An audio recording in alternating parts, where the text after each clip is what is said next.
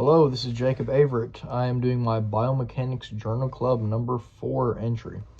So this week we read Magnitude and Rate of Mechanical Loading of a Variety of Exercise Modes by Eben, Fouth, Kaufman, and Pachushek.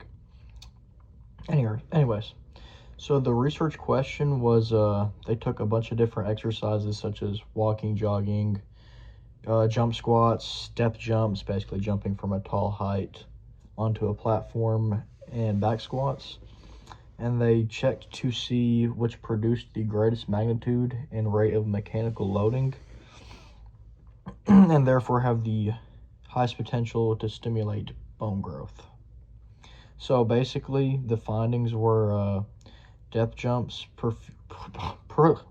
produced the highest ground reaction forces, or GRF, and rate of force development, RFD.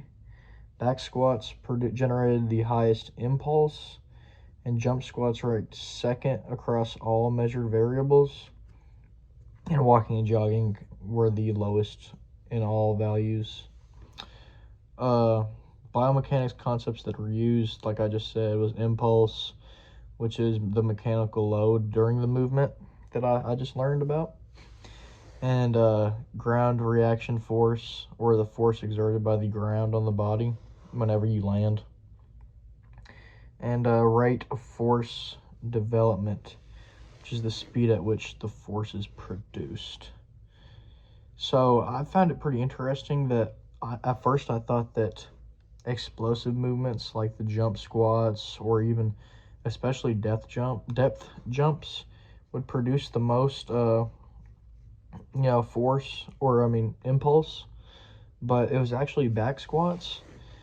I thought that was pretty interesting because personally, whenever I try to do like a max vertical jump or anything, I feel like my knees and back and hips just get rocked compared to a regular back squat, which is, as a powerlifter, what I'm used to these days. But one thing that one question I have is that for athletes, what percentage of your training should be plyometric based as opposed to like compound lifts such as a back squat? Because since the back squat produces the most impulse, is it better for them to do more compound movements, or should they stick to the plyometrics, which is what I've traditionally been taught and told? So I thought it was a very interesting article. I enjoyed it, so have a good week.